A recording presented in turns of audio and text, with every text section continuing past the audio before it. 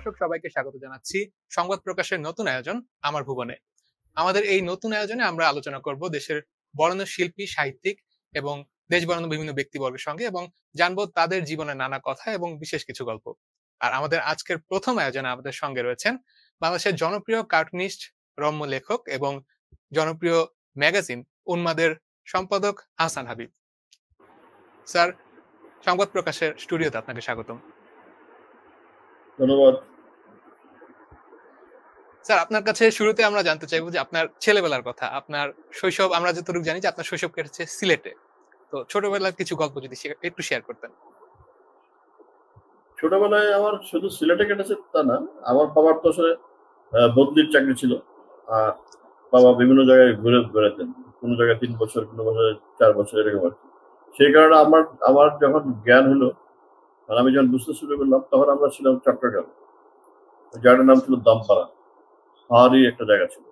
তারপরে আমরা গেলাম বগুড়ায়, তারপরে আমরা গেলাম কুমিল্লায়, তারপরে আমরা গেলাম সিলেটে, কিন্তু একদম আগে। সিলেটের স্মৃতি আমার মনে নেই।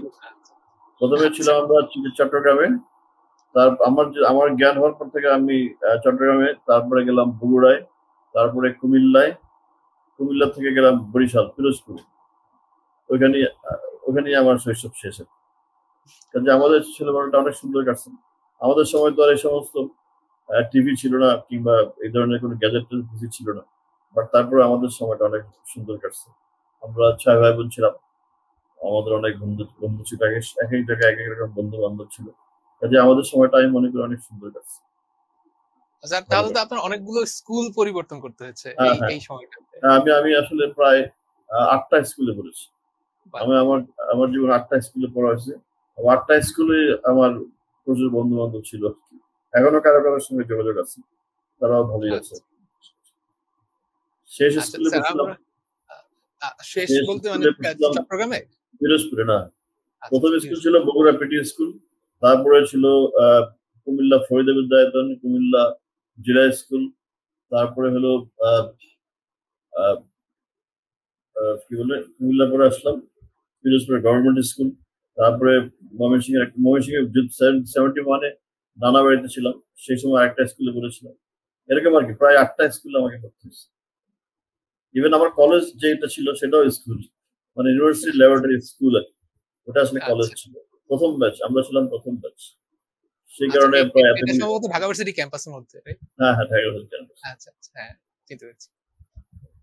ওটা আমরা ছিলাম ওটার প্রথম ব্যাচ। আচ্ছা স্যার, আপনার তো ছোটবেলার গল্প শুনলাম, তো কার্টুন নিয়ে কি কোনো মজার গল্প আছে ছোটবেলার? অ্যাকচুয়ালি ছোটবেলায় তো আমি কার্টুন ওইভাবে আঁকতাম না। আমার কার্টুন আঁকতে আসলে আমরা ছবি আঁকতাম সবাই। আমরা 6 ভাই বোন তো, 3 ভাই 3 বোন। আমরা ছবি টবি আঁকতাম সবাই। আমার বাবাকে উৎসাহ দিত, যে কারণে সবারই কিছু না কিছু আঁকার ব্যাপার স্যাপার ছিল। মেইনলি প্রফেশনালি মানে আমার মেজো ভাই জাফর ইকবাল, সে কিন্তু কার্টুন আঁকতো। সে কার্টুন আঁকতো। তার কার্টুন দেখে আমি ইন্সপায়ার্ড হইলাম আর কি। মানে সে যখন কার্টুন আঁকতো, কমিক্স আঁকতো, ওটা দেখে আমিও একটু আঁকা শুরু করলাম। আমার প্রথম কার্টুন স্ট্রিপ ছাপা হলো অবজারভারে, ডেইলি অবজারভারের একটা বাচ্চাদের কথা ছিল, ওইখানে প্রথম পাঠাইছিলাম, ওইখানে ওরা ছাপলো। ওটা দিয়ে শুরু। কার্টুনটি আসলে মজার স্মৃতি বলতে ওইটাই, একটা জিনিস ছাপা হয়েছে আমার নামে, এটাই আমার জন্য অনেক মজার একটা ব্যাপার ছিল। কার্টুনটা ছিল একটা 3 ফ্রেমের একটা কার্টুন স্ট্রিপ। একজন ম্যাজিশিয়ান অনেকগুলি টাকা তৈরি করছে তার টুপির ভিতর থেকে। ওটা থেকে অডিয়েন্সের সবাই দৌড়ে এসে টাকা মানে লুটপাট করতেছে, মানে ওখানে ম্যাজিক শো বরবাদ আর কি, এরকম একটা কার্টুন ছিল। ম্যাজিক শো থেকে ডাকাতির শো শুরু হয়ে গেল আর কি। ওরকমই একটা ব্যাপার ছিল। আচ্ছা। স্যার, ছোটবেলায় আপনার বাবা মা আপনাকে নিয়ে কি স্বপ্ন দেখতেন? কারণ মানে ওই সময় তো আসলে কার্টুনিস্ট এই ব্যাপারটা সম্ভবত এতটা জনপ্রিয় ছিল না। তো বাবা মার কি স্বপ্ন ছিল? না, অ্যাকচুয়ালি আমার বাবা মা তারা আসলে আমাদের কোনো ভাই বোনকে নিয়ে আলাদা কোনো স্বপ্ন দেখতো না। শুধু তার বাবার একটা স্বপ্ন ছিল যে আমার বড় বোনকে সে একজন লেখক বানাবে। বড় বোনের উপরেই তার অনেক এক্সপেরিমেন্ট ছিল। বড় বোন তাকে বাংলায় পড়তে হবে, সে একজন বড় লেখক হবে, এরকম একটা প্ল্যান করতে আব্বার ছিল। কিন্তু অন্য ভাই বোনরা যে লেখকটা ভাবে, ওইটা তার মাথায় ছিল। আর কারোর উপরে কোনো প্রেশার ছিল না, যে যেটা পড়তে চাইছে তাকেই সেটা করতে দেওয়া হয়েছে। আমার যেটা মনে হয় এখনকার যারা ব্রিলিয়ান্ট ছাত্র তারা কিন্তু ডাক্তার কিংবা ইঞ্জিনিয়ার হয়ে যায়, তাই না? কিন্তু ওই সময় কিন্তু আমাদের সময় যারা একটু ব্রিলিয়ান্ট ছাত্র ছিল তারা কিন্তু বেসিক সায়েন্স নিয়ে পড়াশোনা করতো। আমার যে কারণে মনে হয় আমার বড় ভাই তার সাথে ম্যাট্রিকে স্ট্যান্ড করেছিল। তো সে কিন্তু কেমিস্ট্রি নিয়ে পড়তে চাইছে, কেমিস্ট্রি নিয়ে পড়ছে। আমার মেজো ভাই ফিজিক্স নিয়ে পড়তে চাইছে, ফিজিক্স নিয়ে পড়ছে। তো আমার বাবার হচ্ছে কোনো বাধ্যবাধকতা ছিল না যে যেটা পড়তে চাও। শুধু বড় বোনকে সে একটু বাংলায় পড়াইতে চাইছে, তাকে তার সাহিত্যিক বানানোর প্ল্যান ছিল। কিন্তু বড় বোন আসলে এক লাইনও কিছু লিখে নেয় এখন পর্যন্ত। সে সাহিত্যিক হয় নাই। এই হচ্ছে কথা। স্যার আপনি যেহেতু বড় দুই ভাই, আমরা জানি যে বাংলাদেশের সবচেয়ে জনপ্রিয় কথা সাহিত্যিক আপনার পরিবারের দুইজন, হুমায়ূন আহমেদ স্যার এবং জাফর ইকবাল স্যার, দুজনই আপনার বড় ভাই। তো বড় ভাইদের দেখে কি কখনো আপনার মনে হয়েছে যে আপনিও কথা সাহিত্যিক হতে চান বা সাহিত্যিক হতে চান এরকম? না, না, এটা আমার কখনোই মনে হয় নাই। আসলে আমি যেভাবে বড় হয়েছি, আমার বাবা লিখতেন। আমার বাবা লেখালেখি করতেন, তার বিভিন্ন আহ, পত্র-পত্রিকায় তার লেখা ছাপা হতো। তো আমরা এটা দেখে মনে হইতো যে আমরা বোধহয় মানুষ এরকমই হয়, লিখবে, ছাপা হবে, বই বেরোবে। বাবার অবশ্য বই বের হয়নি, একটা বই বাবা নিজেই বের করেছিলেন। এই জিনিসটা সবসময় আহ লেখালেখির ব্যাপারটা আমরা খুব অভ্যস্ত ছিলাম আর কি। যে এটা আমার মাও লিখতেন, বাবা আমার মাকে দিয়েও লেখাইতেন। মার লেখা বিভিন্ন জায়গায় ছাপা হইতো, বেগম পত্রিকায় ছাপা হইতো। তো আমরা এই কারণে লেখালেখি দেখতে দেখতে বড় হয়েছি। কাজে বড় ভাই কিংবা মেজো ভাই তারা যখন লেখালেখি শুরু করলো, আমি খুব একটা আমরা খুব একটা অবাক হয়নি আর কি। এটাই স্বাভাবিক, লিখতে হবে। এবং আমি ন্যাচারালি আমাদের একটা পারিবারিক পত্রিকা ছিল, পত্রিকার নাম ছিল সুনীলিত সাগরিত। এই পত্রিকাটা হচ্ছে হাতে লেখা পত্রিকা, এটা আমার বাবা সম্পাদক ছিল। তার কারণে এটা বেরোতো। এবার হয়তো কোনো একটা ঈদে বেরোলো কিংবা কোনো একটা বিভিন্ন অকেশন এটা বেরোতো, বছরে একটা কিংবা দুইটা এরকম বেরোতো। কেউ হয়তো বিদেশে যাচ্ছে, তখন ওই যে বিদেশ যাত্রার সংখ্যা এরকম আর কি। তো সো এই পত্রিকাটাতে আমরা সবাই লিখতাম আর কি। আমিও লিখতাম কিংবা আমি ছবি আঁকতাম এরকম। কাজে এই লেখালেখি ছবি আঁকা আঁকির ব্যাপারটা আমার ধারণা ওই পত্রিকাটাকে কেন্দ্র করেও কিছুটা আহ এগিয়েছে আর কি। আচ্ছা। আর আমি নর্মালি অ্যাকচুয়ালি আমি লেখক হতে চাই নাই। অ্যাকচুয়ালি আমি লেখকও না ওই অর্থে। আমি আসলে কার্টুন আঁকি। আমি আমার বেসিক্যালি আমার পরিচয় হচ্ছে আমি একজন কার্টুনিস্ট, প্রফেশনাল কার্টুনিস্ট আমি। আমি সেই 1978 থেকে এটাকেই প্রফেশন হিসেবে নিয়েছি। আর আমি অনেকে আমাকে রম্য লেখক বলে, কিন্তু হ্যাঁ সেটা লিখি। কারণ কার্টুনের যেটা দরকার, কার্টুনে তো স্যাটার ব্যাপারটা দরকার। মানে সংলাপগুলি তো আমাকে একটু রম্য করে লিখতে হবে, একটু ফানি লিখতে হবে, স্যাটার হইতে হবে, মানে আয়রনি হইতে হবে, অনেক কিছুই থাকে ব্যাপারে। এই জায়গাগুলি যখন কার্টুনের সংলাপগুলি যখন একটু বড় করে লেখা হয়, তখনই কিন্তু সেটা রম্য রচনা হয়ে যায়। সেই অর্থে আমাকে রম্য রচয়িতা বলা যেতে পারে। তবে মেইনলি আমি আমি আসলে কার্টুনিস্ট এবং কমিক্স আর্টিস্ট। আমি কমিক্স আঁকি, কার্টুন আঁকি, মাঝে মাঝে গ্রাফিক নভেল আঁকি। এটাই আমার প্রফেশন। একটা আচ্ছা, ইউনিভার্সিটিতে আপনি আমি তো আমি একটা কার্টুন ইউনিভার্সিটিতে নিয়ে তো আমি শুরু থেকেই আছেন তাহলে। হ্যাঁ, কার্টুনে আমি সেই অনেক আগে থেকেই আছি, অনেক আগে থেকেই আছি। আচ্ছা, তাহলে যদি কার্টুনিস্ট না হতেন তাহলে কি হতেন? কার্টুনিস্ট না হলে আমার ছোটবেলায় ইচ্ছা ছিল ইয়ে হওয়ার। এটা অনেককে বলতাম আমি।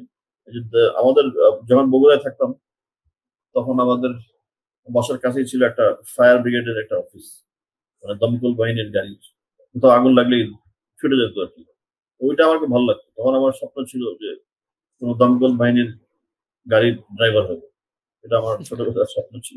এবং এটা আমি সবসময় বলতাম সবাইকে, যেটা আমি বড় হলে এটা। তাদেরকে আমার খুব হিরোইক লাগতো আর কি। যে ঘন্টা বাজে প্রচন্ড বেগে একটা গাড়ি ছুটে যেত। আমাকে আসলে একবার ছোটবেলায় স্কুলে যখন প্রথম পরীক্ষা দিই, ক্লাস 1-এ ভর্তি হওয়ার সময়, আমাকে স্কুলের টিচার কয়েকটা প্রশ্ন করছিল আর কি। ভর্তির সময় কিছু প্রশ্ন করে না? আমাকে প্রশ্ন হুম। করছিল পৃথিবীতে সবচেয়ে জোরে চলে কি? আমি বুঝলাম যে ফায়ার ব্রিগেডের গাড়ি। বাহ! ফায়ার ব্রিগেডের গাড়ি। তো এই ব্যাপারটা আমার মাথায় ছিল আর কি। যে কারণে আমার একটা স্বপ্ন ছিল যে আমি বড় হলে ফায়ার ব্রিগেড গাড়ির ড্রাইভার হবো। কিন্তু যাই হোক পরে স্যার, আলটিমেটলি আমি অনেক দেশে কিন্তু কার্টুনিস্ট হই। এখন অনেক দেশে কিন্তু সিভিল লোক যারা বেসামরিক যারা তারাও কিন্তু ফায়ার ব্রিগেডের অংশ হতে পারে। তো আপনার কি এরকম কোনো প্ল্যান আছে কিনা যে আমি পরে বিদেশে গিয়ে কোথাও ফায়ার ব্রিগেডের যদি সুযোগ হয় বা এখন না আমাদের পাওয়ার দেশে পর যদি আপনাকে কোনো অফার করা হয় যে আপনি একজন অনারারি সদস্য হিসেবে ফায়ার ব্রিগেডে যোগ করবেন, আপনি কি সেই প্রস্তাব গ্রহণ করবেন? করতে পারি, সমস্যা নাই। করতে পারি। আচ্ছা, কোনো ব্যাপার না। আচ্ছা। আ স্যার, আপনার আ পরিবারের এই ভাই-বোনদের মধ্যে কার সঙ্গে সবচেয়ে ভালো বোঝাপড়া ছিল? ভাই বোনদের মধ্যে আসলে সবচেয়ে বেশি বোঝাপড়া ছিল আমার বড় বোনের সাথেই। এখনো আছে, আমার বড় বোন এখনো আছে। তার সাথেই আমার সবচেয়ে বেশি আহ, আর তারপরে আমার মেজো ভাই জাফর ইকবালের সাথে আমার ভালো সম্পর্ক ছিল। বড় ভাই তো সবার বড়, তো তার সাথে আমি ফ্রেন্ডলি ছিলাম, বাট সে আবার একটু স্টুডেন্ট হিসেবে ভালো, তো সবসময় ফার্স্ট সেকেন্ড হয়েছে, যে কারণে সে আমাদের পড়াশোনার খোঁজ খবর সবসময় দিত, কে কি করবে। এই কারণে তাকে একটু আমরা ভয় পেতাম আর কি, একটু দূরে দূরে থাকতাম, যে কিছু দেখা হলে হয়তো পড়াশোনার কিছু একটা ব্যাপার ধরে বসবে। এই কারণে একটু আচ্ছা একটু দূরত্ব ছিল, কিন্তু সবসময় না।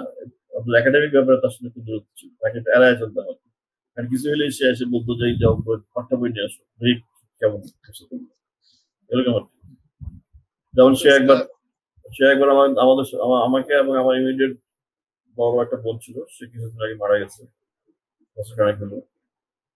তাকে সেই বোনটাকে সে আমাদের দুজনকে বেশি পড়াশোনা করতো। তো সে বললো যে ইংরেজি বই নিয়ে আসো, পাঠ্য বইটা। তো আমরা তো ভয়ে ভয়ে দুজন ইংরেজি বই নিয়ে আসলাম। এবং তখন আবিষ্কার করা হলো যে ইংরেজি বইটা, সব বইয়ের অবস্থাই খারাপ, কিন্তু ইংরেজি বইটা একদম ঝকঝকে নতুন। তখন সে আবিষ্কার করলো যে আসলে এই বইটা খুব বেশি ধরা হয় না, ছোঁয়া হয় না, যে কারণে এটা এখনো নতুন আছে। তারপরে ইংরেজি চর্চা হইতেছে না, ইংরেজি পড়া হচ্ছে।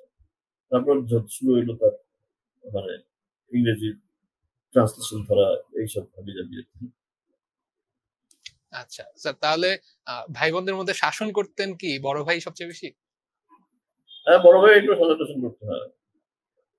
আমরা সবাই ফ্রেন্ডলি ছিলাম, তারপরও একটু শাসন টাসন যা করার বড় ভাই করতো। হুম, যেহেতু সে সবার বড়, সেই অর্থে। হ্যাঁ। আমার মনে হয় স্যার এই গল্পগুলো নিয়ে একটা বই আছে মোহাম্মদ জাফর ইকবাল স্যারের। আপনারা সবাই এক এক বাসায় থাকতেন যখন, এরকম হ্যাঁ, কিছু হ্যাঁ, গল্প আমরা বলছি। সেটাই আসলে আচ্ছা আমাদের গল্পগুলি বড় ভাই নাহলে মেজো ভাই সবাই লিখে ফেলছে। আমি আচ্ছা, হ্যাঁ। স্যার, আপনি এই মুহূর্তে যেহেতু আমরা জানি যে আপনি শিক্ষকতার পেশাতেও যুক্ত আছেন, তো শিক্ষকতাটা কতটুকু উপভোগ করছেন কার্টুনের পাশাপাশি? আমি আসলে একটা ডেফোডিল ইন্টারন্যাশনাল ইউনিভার্সিটিতে আমি একটা জিনিস পড়াই, সেটা হচ্ছে গ্রাফিক নভেল। এটা আচ্ছা আমার সাথে, আমার প্রফেশনের সাথে একদমই জড়িত। সারা পৃথিবীতে আসলে গ্রাফিক নভেল নিয়ে একটা আন্দোলন হচ্ছে। আর মানুষ কিন্তু এখন সবাই গ্যাজেটে এত অভ্যস্ত হয়ে গেছে, বই পড়াটা একটা কমে গেছে, সবাই ফেসবুক, ইনস্টাগ্রাম এসব নিয়ে ব্যস্ত, যে কারণে কিন্তু বইয়ের রিডার কমে গেছে। এবং এইটাকে বেস করে ইভেন কমিক্স এর যে মার্কেট, সেটাও একটু ফল করছে। এই কারণে যারা গবেষক, তারা একটা প্ল্যান করছে, তারা এই গ্রাফিক নভেল ইস্যুটাকে নিয়ে আসছে। গ্রাফিক নভেল মানে একটা খুব ক্লাসিক্যাল বই, খুব বড় একটা বইকে তারা কমিক্স এর মতো, কমিক্স এর ফরম্যাটে এটাকে প্রকাশ করা হয়। শুধু যে বড় মানে বিখ্যাত বই তা না, নতুন নতুন বই গ্রাফিক নভেল হিসেবে আসে। কারণ মানুষ তো ছবি দেখতে পছন্দই করে। সো এটা যদি কমিক্স ফরম্যাটে আসে, গ্রাফিক নভেল ফরম্যাটে আসে, তাহলে কিন্তু মানুষ আগ্রহ করে নিবে। এই একটা ভালো আন্দোলন কিন্তু সারা ওয়ার্ল্ডে শুরু হয়েছে, অনেক আগে থেকেই শুরু হয়েছে। তো আমি এটা উপরে একবার একটা ইংল্যান্ডে একটা ওয়ার্কশপে গিয়েছিলাম, এই গ্রাফিক নভেলের ওয়ার্কশপ। তো যাই হোক, আমরাও এটা নিয়ে অনেক কাজ করতেছি, আমার নিজেরও কিছু গ্রাফিক নভেল আছে। সো একটা ইউনিভার্সিটিতে আমি এই সুযোগটা পাইছি। তারা বলছে যে আমাকে এটা পড়ানোর জন্য, কারণ ওই ইউনিভার্সিটিতে ওই ডিপার্টমেন্ট, এমসিটি ডিপার্টমেন্টে কিন্তু অ্যানিমেশন শেখানো হয়, 2D অ্যানিমেশন, 3D অ্যানিমেশন এগুলো শেখানো হয়, কিভাবে তৈরি করতে হয়। অ্যানিমেশন কিন্তু হুট করে শুরু করা যায় না। যেমন ধরেন যে যে যে আর্টিস্ট একটা ড্রয়িং করতে গিয়ে আসছে, ড্রয়িং আসছে ধরেন কেভ কেভ ড্রয়িং, যেটা মানে গুহা চিত্র থেকে আসছে স্টিক ফিগার থেকে আসছে কার্টুন, কার্টুন থেকে আসছে কার্টুন স্ট্রিপ থেকে আসছে কমিক্স থেকে গ্রাফিক নভেল, তারপর অ্যানিমেশন। সে অনেকগুলি পর্যায়ে আছে, এই পর্যায়গুলি পার হয়ে আপনাকে অ্যানিমেশন আসতে হবে। যে কারণে ওই অ্যানিমেশনের আগে গ্রাফিক নভেলটা দরকার, মানে এটা একটা স্টোরি বোর্ডের মতো। তা আমি ওই জিনিসটাই স্টুডেন্টদেরকে পড়াই আর কি, গ্রাফিক নভেল কিভাবে আঁকতে হয়, কিংবা গ্রাফিক নভেলের স্টোরিটা কি হতে পারে, কিংবা কমিক্স কিভাবে আঁকতে হয়, নিয়ম কারণ কি, এগুলি আমি তাদেরকে পড়াই। আমি এনজয় করি, যেহেতু এটা আমার সাথে খুব রিলেটেড, আমার প্রফেশনের সাথে অনেক রিলেটেড, সেই কারণে আমি এটা স্টুডেন্টদেরকে পড়াই, অনেক আগ্রহ পাই আর কি। আর তাদেরও যথেষ্ট আগ্রহ আছে। আচ্ছা স্যার, আমরা তো এবার একটু পিছনের দিকে যেতে চাই যে আমরা জানি যে আপনি দীর্ঘদিন ধরে উন্মাদের সঙ্গে আছেন, তো উন্মাদের সঙ্গে আপনার গল্পটা আমরা একবার সংক্ষেপে একটু জানবো, শুরু থেকে শেষ আসলে পর্যন্ত। উন্মাদের গল্পটা তো অনেকবার বলা হয়েছে সবাইকে। উন্মাদের বয়স অনেক, উন্মাদ 1978 জি সালের মে মাসে এটা বেড়েছিল। কাজে সেই হিসাবে হিসাব করলে প্রায় 43-44 বছর হয়ে গেছে। আমরা যখন জি ইউনিভার্সিটিতে ফার্স্ট ইয়ারে পড়তাম, কিংবা ইউনিভার্সিটি ঢুকবো, ওই সময়কার কথা। সেই সময় আমার কিছু ফ্রেন্ড ছিল, যারা ইশতিয়াক হোসেন, কাজী খালিদ আশরাফ, তারপরে সাইফুল হক, এরকম অনেক কিছু ফ্রেন্ডস, নওশাদ নবী, সুলতানুল ইসলাম, রেজাউল নবী, এরকম আমাদের কিছু ফ্রেন্ডস সবাই মিলে একটা পত্রিকা করলো। পত্রিকার নাম হচ্ছে উন্মাদ। আর আমরা কিন্তু ভেবেছিলাম না যে উন্মাদটা তো মানুষ পছন্দ করে, কিন্তু মানুষ অনেক পছন্দ করে। এবং আলটিমেটলি এটা আমরা প্রফেশন হিসেবে নেওয়ার চিন্তা করলাম। মানে আমি এই চিন্তাটা করলাম আর কি। একসময় সবাই যখন আমরা পাস করে বেরোলাম, সবাই দেখা গেল বিভিন্ন জায়গায় ইনভলভ হয়ে যাচ্ছে। খালেদা স্টাফ চলে গেলো আমেরিকায়, ইস্তিয়াক অন্য একটা বিজনেসে ঢুকে গেল, সবাই দেশ বিদেশে চলে গেলো, আমি তো দেশে আছি। পত্রিকা দেখি বন্ধ হয়ে যাচ্ছে, বন্ধ হয়েই গেছে। তখন আমি ভাবলাম যে এটাই করি। আমি তো একটা ব্যাংকে চাকরি করতাম, ব্যাংকের পোস্টিংটা ছিল মানিকগঞ্জে। আমার ওইখানে মনে হলো যে ব্যাংকের চাকরিটা ছেড়ে দিয়ে বরং উন্মাদটা করি না, কেন রিস্ক ছিল। সবাই কিন্তু সেই সময় আমাকে নিষেধ করছে, খবরদার এই কাজ করি। কিন্তু আমার তখন মনে হলো না, এটাই করি, একটা রিস্ক দিলাম আর কি। তখন পত্রিকাটা ছিল 3 মাসে একটা বেরোতো, কখনো কখনো আরো দেরি হইতো। তখন আমি পত্রিকাটাকে প্রথম দায়িত্ব নিয়ে আমি এটাকে মান্থলি করে ফেললাম, মাসে একটা সংখ্যা। এইভাবে আমাদের শুরু হইলো। এবং আমি দেখলাম যে আমরা আমি বেশ সাকসেসফুলি পত্রিকা আমরা চালাইতে পারতেছি। এবং আমাদের এই পত্রিকাটা আমরা শুরু করছিলাম তখন হার্ডলি 4 জন কার্টুনিস্ট ছিল। আমি আঁকতাম, সুলতানুল ইসলাম আঁকতো, খালেদা আশরাফ আঁকতো, রেজাউল নবীও আঁকতো। এরকম 4-5 জনের বেশি কার্টুনিস্ট ছিল না, একদমই কম ছিল। কিন্তু এখন আমাদের অ্যাসোসিয়েশন, আমাদের একটা কার্টুনিস্ট অ্যাসোসিয়েশন হয়ে গেছে। এই উন্মাদকে বেস করে অনেক কার্টুনিস্ট তৈরি হয়েছে। সেই অ্যাসোসিয়েশনে প্রায় 50 জন মেম্বার, সবাই প্রফেশনাল কার্টুনিস্ট। এখন কিন্তু আর আমাদের কার্টুনিস্টের ক্রাইসিস ব্যাপারটা নাই। এখন যদি কেউ প্রফেশন হিসেবে কার্টুনটাকে নিতে চায়, সে নিতে পারে, মানে সম্ভব সম্ভব আর কি। এটা আমাদের জন্য একটা বড় সাকসেস। আবার একজন কার্টুনিস্ট যে শুধু একটা পলিটিক্যাল কার্টুন আঁকবে তা না। একজন কার্টুনিস্ট চাইলে সে কমিক্স আঁকতে পারে, সে গ্রাফিক নোভেল আঁকতে পারে, সে অ্যানিমেশন দিয়েও যেতে পারে। আর একজন কার্টুনিস্টরাই কিন্তু যখন অ্যানিমেটর হয়, তখন তাদের জন্য অনেক সুবিধা আছে। তারা এই ফ্রেমিং টেমিংগুলি ভালো বুঝে। সেই কারণে একজন কার্টুনিস্টের মানে আর কি বলে, দৌড় অনেক দূর সে অনেক কিছুই করতে পারে, অনেক স্কোপ আছে। আমাদের দেশে কিন্তু এখন কমিক্স অনেক জনপ্রিয় হয়েছে।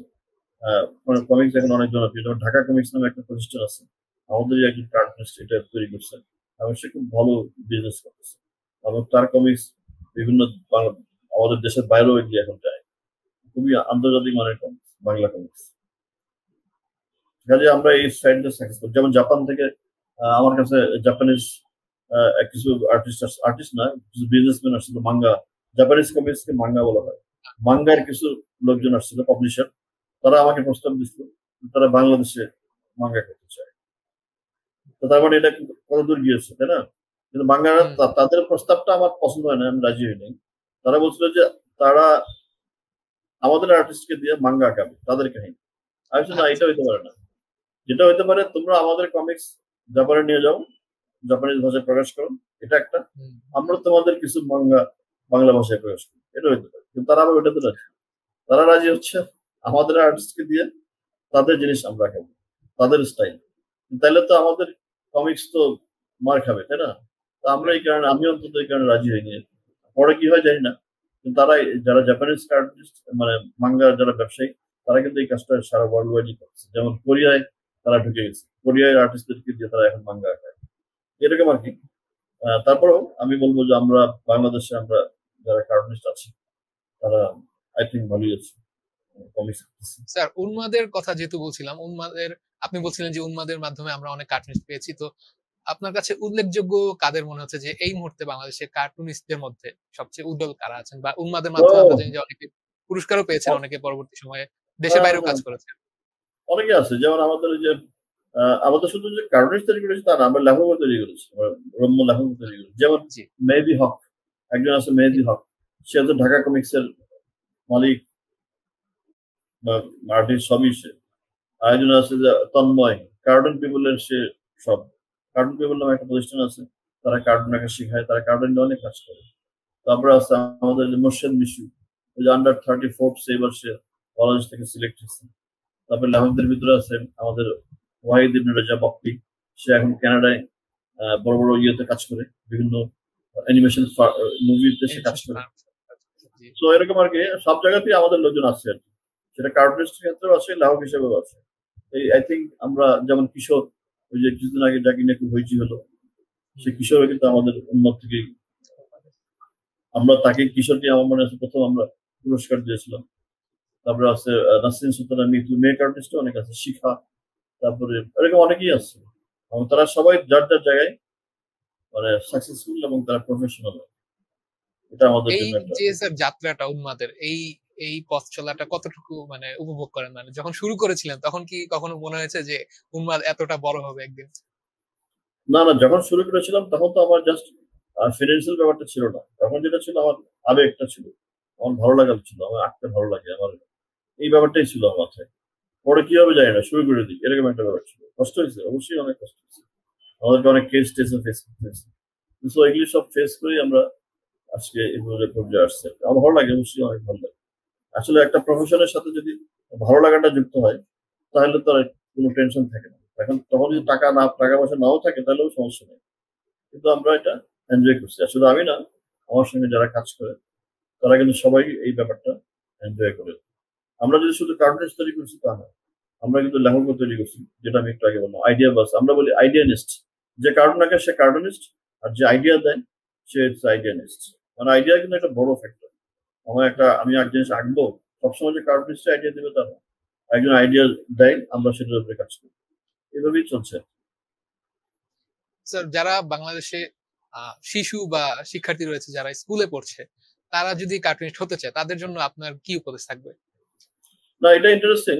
কারণ আগে আমার কাছে অনেকে গার্জেনরা আসতো, ছেলেপেলেরা ছবি আঁকা শিখতে চায়, তখন আমি বলতাম না, ছবি আঁকার তো অনেক প্রতিষ্ঠান আছে, আপনারা তাদের কাছে যান।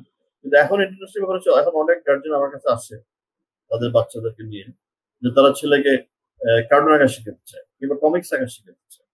এটা খুবই পজিটিভ। কারণ একটা ছেলে যখন নর্মাল ছবি আঁকে, একটা আম কিংবা একটা কলা আঁকলে কিন্তু এটা খুব বেশি দূর নেওয়া যাবে না, তাই না? এর একটা প্র্যাকটিস হবে, কিন্তু সে যদি এখন থেকেই কমিক্স আঁকার প্র্যাকটিস করে তাহলে কিন্তু এটা একটা বিরাট ব্যাপার। কমিক্স আর্টিস্ট কিন্তু বিশাল একটা ব্যাপার। কমিক্স এর পরের স্টেজটাই হচ্ছে গ্রাফিক নভেল। তো যে এখন এখন থেকে আমাদের অনেক গার্জেনই আমি দেখতেছি তার ছেলেকে কার্টুন আঁকা শেখাতে চায়, কমিক্স আঁকা শেখাতে চায়। এটা খুবই একটা পজিটিভ সাইন আমি মনে করি।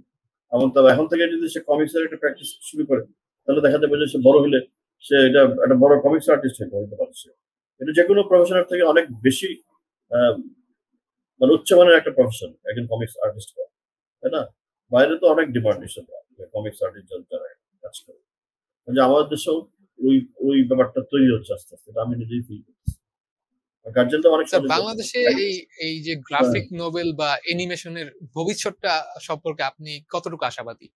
যে না না, আমরা আসলে যেরকম দেখছি ভারতে যেরকম এখন অনেক অ্যানিমেশন মুভি হচ্ছে, সিরিজ হচ্ছে, এরকম হ্যাঁ বাংলাদেশেও হ্যাঁ কি একসময় আমরা দেখতে পাবো? হ্যাঁ, বাংলাদেশে তো আসলে বাংলাদেশে অনেক ভালো ভালো অ্যানিমেটর আছে, অনেকেই আছে, এবং তারা কিন্তু সবাই বাইরে কাজ করে, হ্যাঁ, বিদেশের জন্য কাজ করে। কারণ দেশের জন্য কাজ করতে পারতেছে না কেন? তারা ওই তাদের পরিশ্রমের দামটা পাচ্ছে না, তাই না? এটাই একটু সমস্যা, এই সমস্যাটা এখনো আছে। এই সমস্যার কারণে কিন্তু আহ, এটা হচ্ছে না আর কি। যেমন কার্টুনের যে ব্যাপারটা, যারা কার্টুনের আমাদের কার্টুনের ভিতরে একটা একটা ইয়ে আছে, একটা মানে ঐক্য আছে, আমরা সবাই একসাথে কাজ করতেছি। এখানে একটা লিডারশিপের ব্যাপার আছে। লিডারশিপ ছাড়া তো আসলে ইন্ডাস্ট্রি হয় না, তাই না? ইন্ডাস্ট্রি ডেভেলপ করে। তো সব ধরেন এখানে আমি যেহেতু সিনিয়র আছি, আরো দু একজন সিনিয়র আছে, আমরা একটা লিডারশিপের ভূমিকাটা আমরা পালন করতে পারতেছি, বাচ্চারা আমাদেরকে মানে।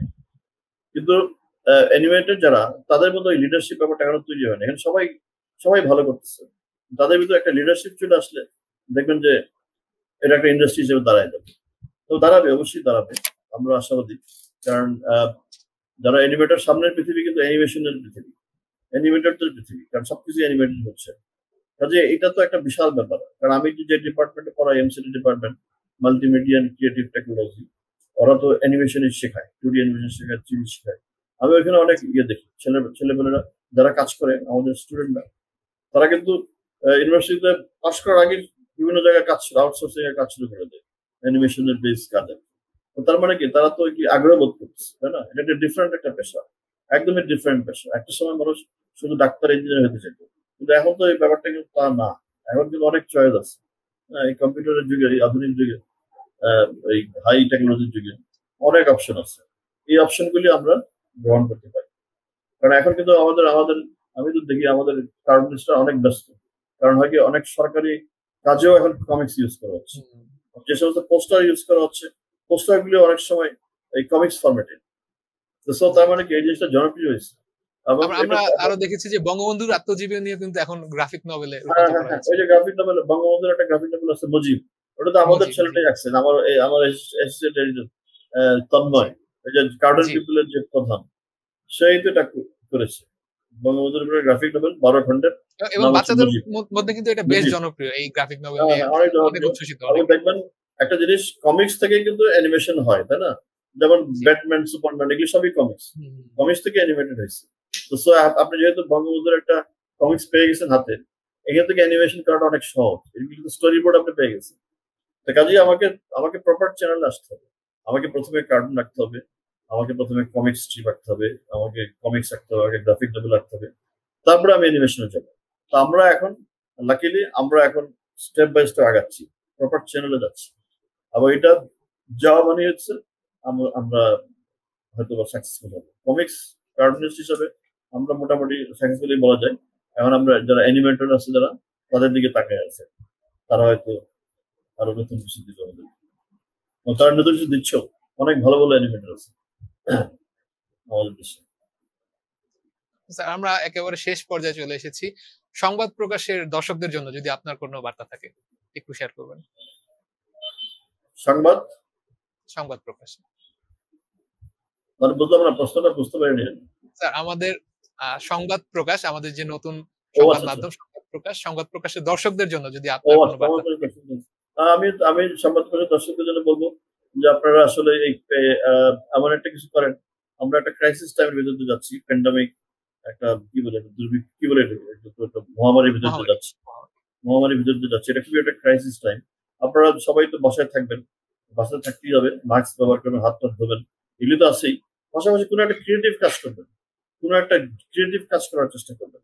আইদার একটা গল্প লিখে ফেলেন, কিংবা একটা উপন্যাস লিখে ফেলেন, কিংবা একটা কমিক্সই আঁকেন। হ্যাঁ, কারণ ড্রয়িংটা কিন্তু একটা জিনিস হতে পারে, অনেক সময় আমরা বলি দৌড় আমি কি ড্রয়িং আঁকবো, আমি কি ছবি আঁকবো, আমি তো আমার ছবি তো ভালো না।